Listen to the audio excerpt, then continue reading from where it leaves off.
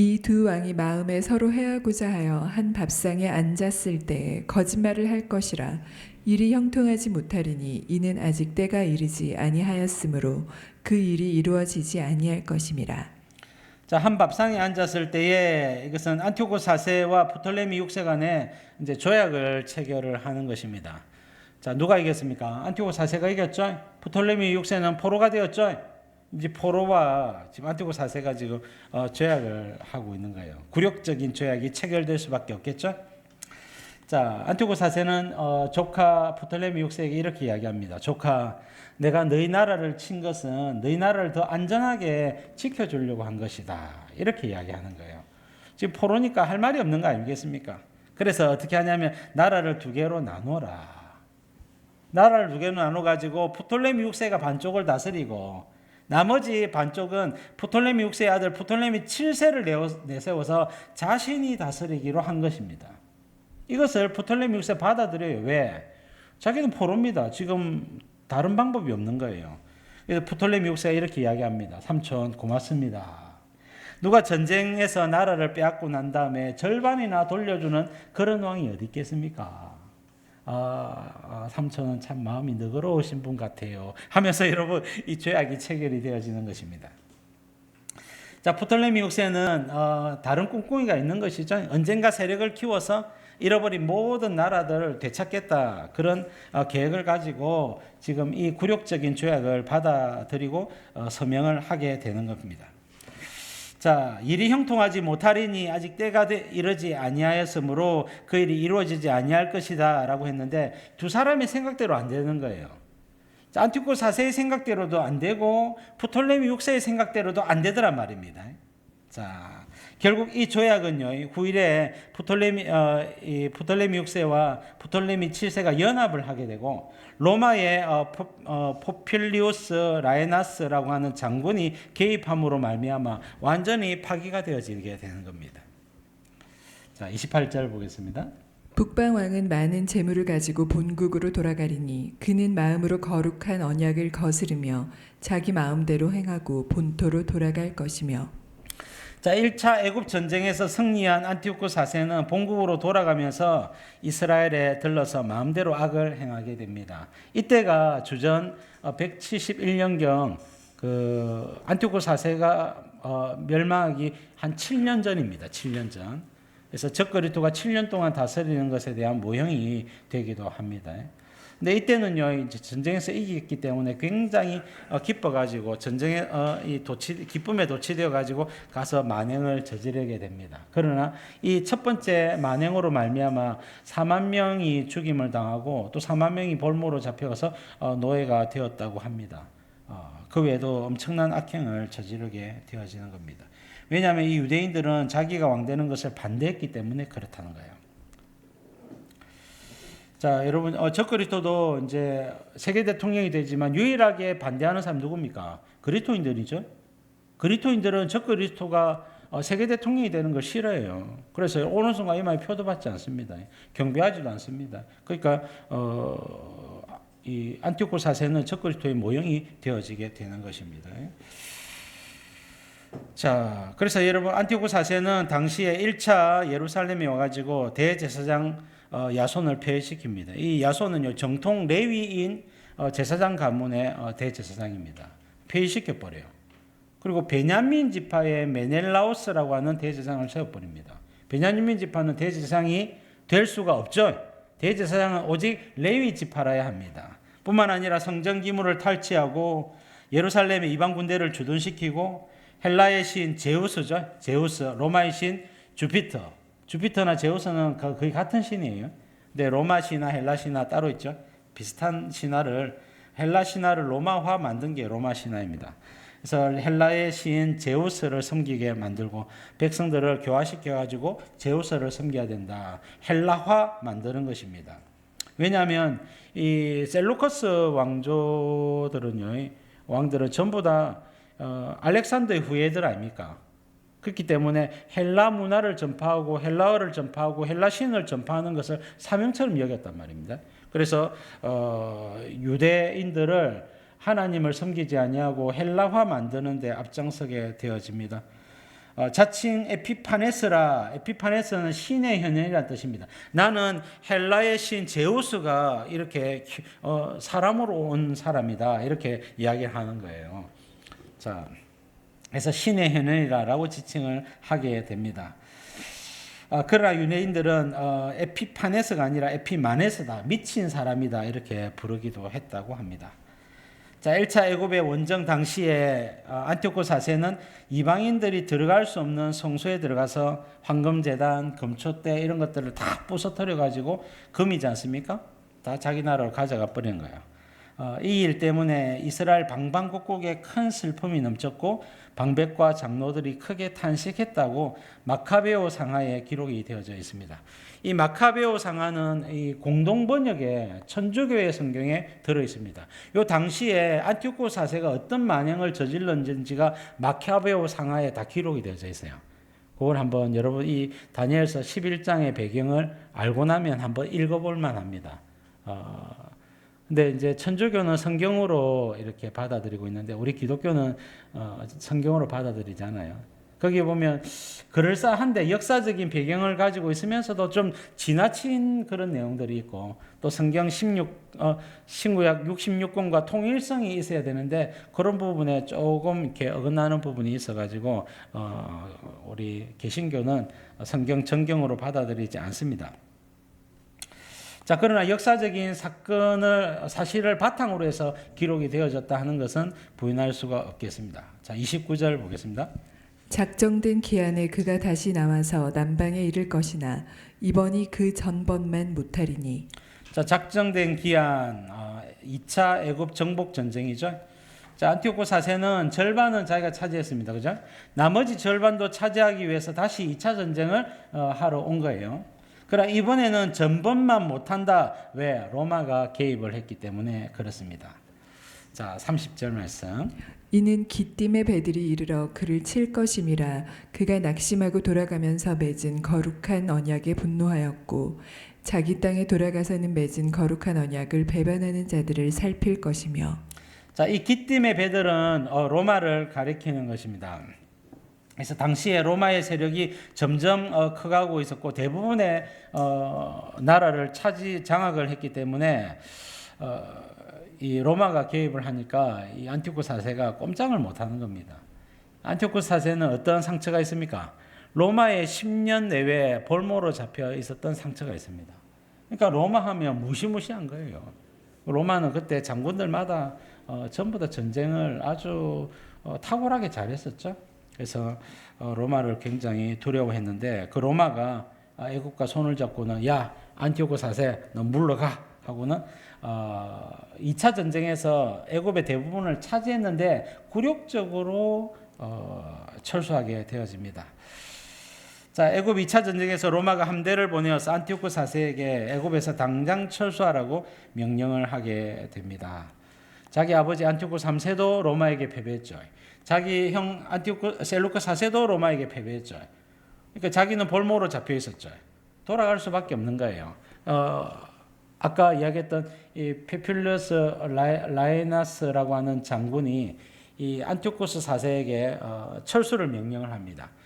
그때 안티오코스 4세가 조금 생각을 해보겠습니다라고 하면서 이제 이거 좀 좋은 묘수가 없을까 이렇게 망설이고 있을 때에 그래 생각을 좀 해봐야지 하고는 이 안티오코스 4세 주변에 동그라미를 그리려 했습니다.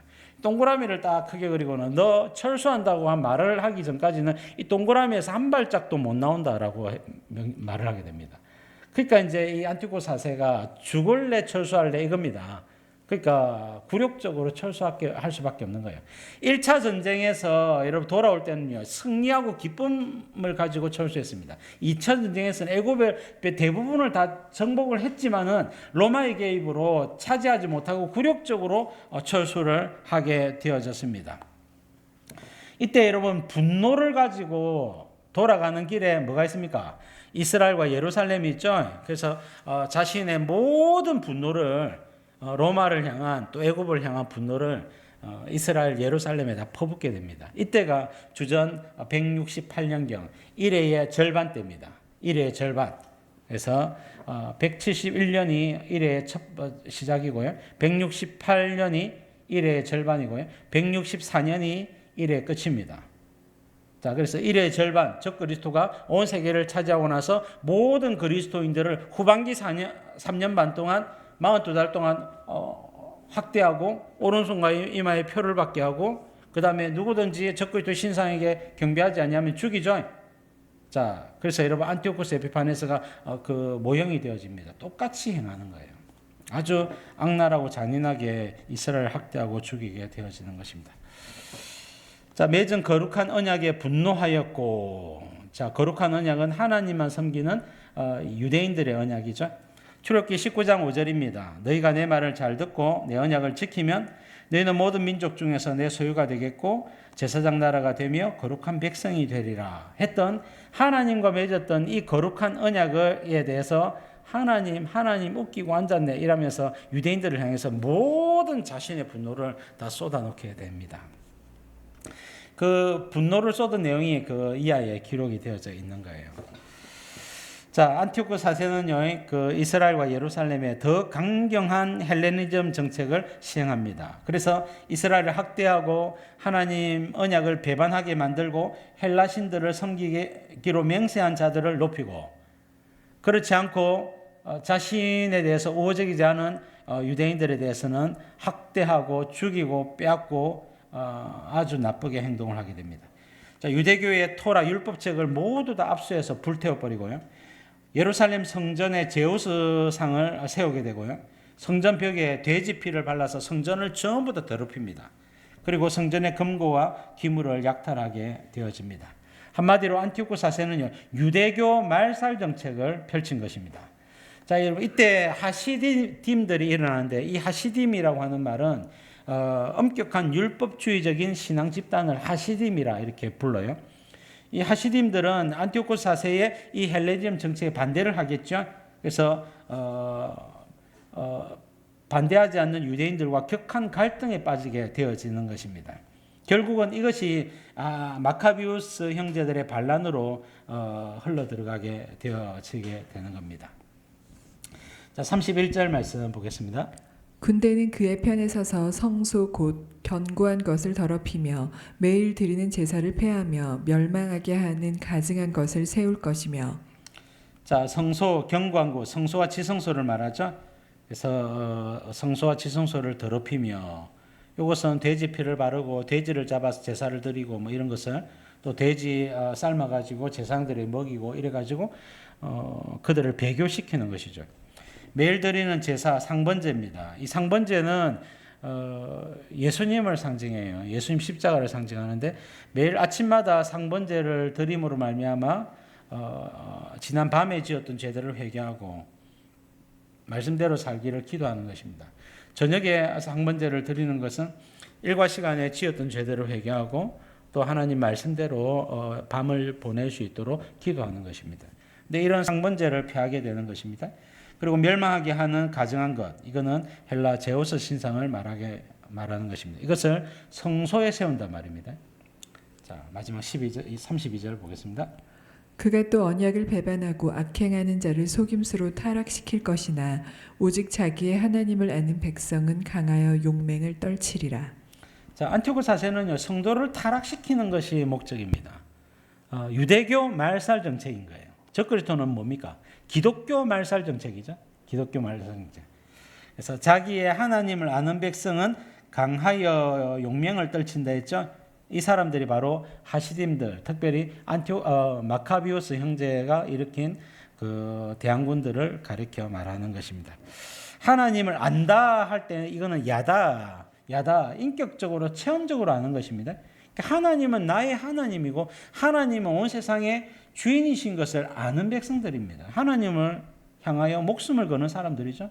자, 이 사람들이 결국 일어나 가지고 하나님께 기도하고 그리고 하나님 도와달라고 하나님을 의지하면서 안티오코스 에피파네스와 싸우는 사람들을 가리키는 것입니다. 자, 잠언 28장 1절에 보니까 악인은 쫓아오는 자가 없어도 도망하나 의인은 사자처럼 담대하니라 그랬습니다. 위기가 오면 사람들이 참된 신앙을 가진 사람과 그렇지 않은 사람으로 완전히 두 편으로 나누어집니다. 여러분 평안의 때에는 그냥 적당히 타협하고 그 다음에 하나님을 대충 섬기면서 삽니다. 그러나 여러분 환란이 오면요, 타협하고 하며 살던 백성들 가운데서도 깨어나는 사람들이 있어요. 그래서 내가 하나님을 이렇게 섬겨서는 되겠는가, 이러다가 내가 하나님을 배교하겠구나 깨닫고는 말씀으로 예수님께로 확 돌아오는 그런 사람들이 나타나게 되는 겁니다. 자, 그들이 의인이죠. 악인은 하나님을 안 믿고 말씀대로 순종하지 않습니다. 하나님을 믿는다고 해도 말씀대로 순종하지 않는 사람은 하나님을 믿는 사람이 아닙니다. 여러분, 의인은 하나님을 믿고 말씀대로 순종하는 사람이죠. 죽기가 두려워서 악인은 주님을 배신합니다. 그러나 의인들은 죽음을 두려워하지 않습니다. 왜? 주님이 나를 위해서 생명을 다하셨고 십자가에 죽으셨는데 내가 어떻게 주님을 배신할 수 있겠느냐? 절대로 주님을 배신하지 않습니다. 자잘한 죄들이야 우리 조금 욕심도 내고 마음에 미움도 싹트고 이런 죄들은 지을지 몰라도 여러분 주님을 배신하거나 우상 숭배하거나 악행하는 짓을 하지 않는단 말입니다. 그래서 말씀으로 하나님을 아는 것이 중요하고 인격적으로 체험적으로 주님을 아는 것이 대단히 중요하다. 그렇게 말하는 것입니다. 여러분 하나님을 아는 백성이 될 수 있기를 바랍니다. 우리의 신앙이 살아있는 신앙이 되기 위해서는 하나님을 인격적으로 아는 것입니다. 하나님이 그냥 막연하게 우주 먼 곳에 계신 내 신앙의 대상이 아니라 하나님은 지금 나와 함께 하시는 살아계신 하나님, 나를 위해서 독생자를 내어주시고 지금도 내 기도를 들으시며 내 모든 삶 가운데 우리 가정과 내 인생 가운데 역사 속에서 간섭하시고 개입하신 하나님, 내 기도를 들으시고 응답하시는 그 살아계신 하나님을 믿으면서 날마다 동행하는 것입니다. 내가 주의 말씀대로 살 때 주님이 반드시 그것을 보신다. 주님이 내 정직한 기도를 들으신다. 내 정직한 마음과 정직한 삶을 입술의 고백을 주님은 아신다. 그 살아있는 그런 신앙 고백을 가지고 살아가는 그 사람들이 바로 주님을 주님을 아는 사람들이 되어지는 것입니다. 여러분 우리는 형식적인 신앙에 그치지 않습니다. 형식을 넘어서서 인격적으로 주님을 아는 자들이고 주님과 동행하는 주의 백성이 되어야 되는 것입니다. 그런 믿음을 가지고 주님 앞에 나아가시는 저와 여러분들 다 될 수 있기를 주님의 이름으로 축복합니다. 자, 기도 제목 같이 읽겠습니다. 시작. 하나님을 경외하는 자, 아는 자가 되게 하소서. 적그리스도의 때를 만난다 할지라도 넉넉히 이기는 자가 되게 하옵소서. 많은 사람을 옳은 대로 돌아오게 하는 지혜로운 자가 되게 하옵소서. 아멘.